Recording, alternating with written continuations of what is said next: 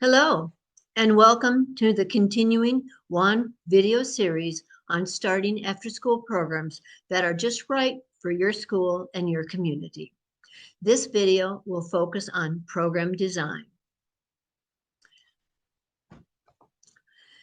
There are a lot of questions and decisions to be made.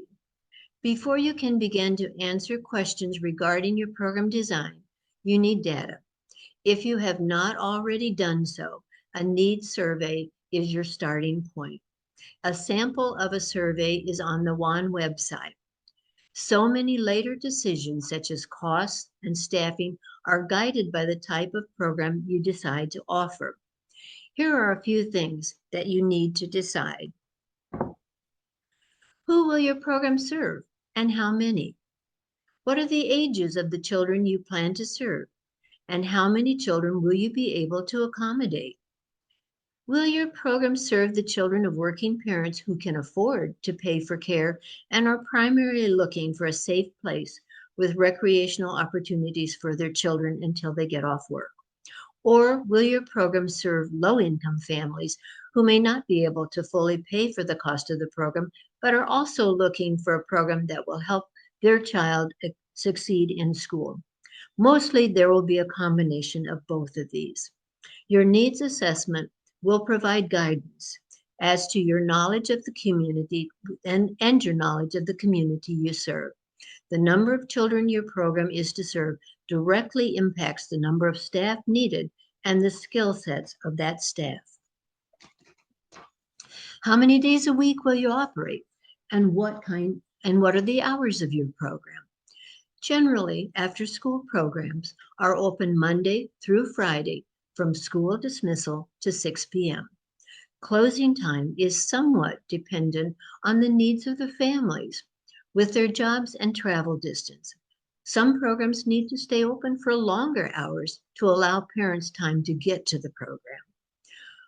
If one of your goals is to support academic achievement, research has clearly shown a positive correlation between hours in program and program impact.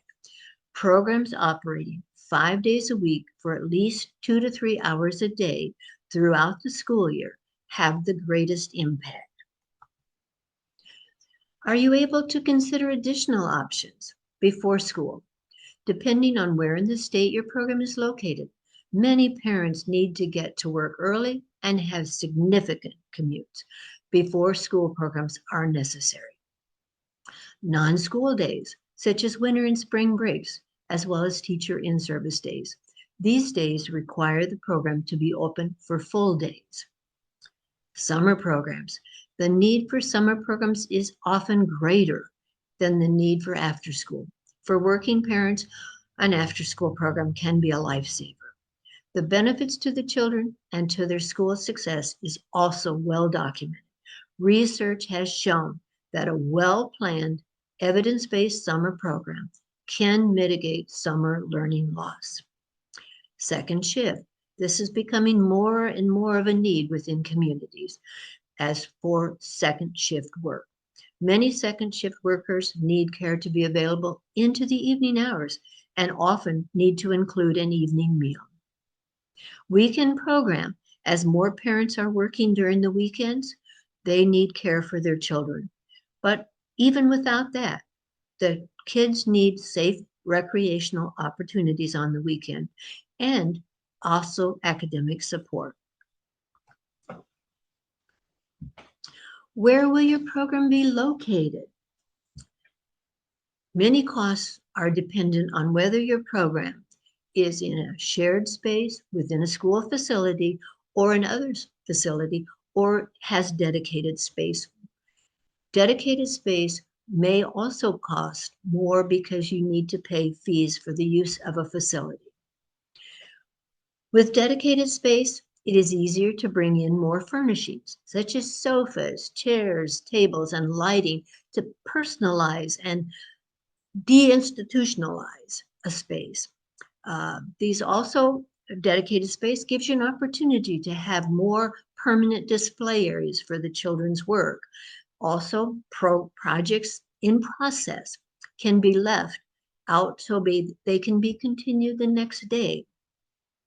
On the other hand, a dedicated space may be limited in size and therefore the number of children that can be accommodated within that space. Shared space is often in cafeterias and gyms within a school. These require the program to be set up and taken down each day, often in a very short amount of time. The furnishing options are also very different, and greater effort is often needed to create a soft, comfortable, welcoming space for the children. Furnishings and materials must be mobile and stored somewhere during the school day. The amount of storage available and the distance from the program can be a challenge. Also, many programs are in community centers, and spaces are shared with multiple programs, not only the children in your program. These programs may be multi-generational, from preschoolers to teens and senior citizen, each with very different needs. For more information on creating a welcoming physical environment, check out the upcoming video, and there are a couple useful tools on the WAN website under the OST Resource Center. What will your program offer? For some programs, the primary purpose is academic achievement and homework assistance. Other programs focus more on social emotional development and enrichment opportunities. No matter which kind of program, generally programs must include a snack, physical activity, and a choice of either enrichment activities led by staff or self-directed choice activities. When kids come from school, many are tired and just need a place to relax and chill. Others are hungry. For some of the younger children, particularly, lunch was a long time ago and often a little chaotic, which kind of compromised their intake. Other children need to move. Just get me outside and let me run. Some kids just want to socialize and be with their friends. While your focus may be academic in nature and geared to homework assistance, kids their needs must be met first. They need fresh air. They need activity. They need nutritious snacks. This is so much more important now as more families struggle with food insecurity. A number of programs now offer an evening meal before the close of program. These affect program costs, but there are programs that will assist with the cost of food.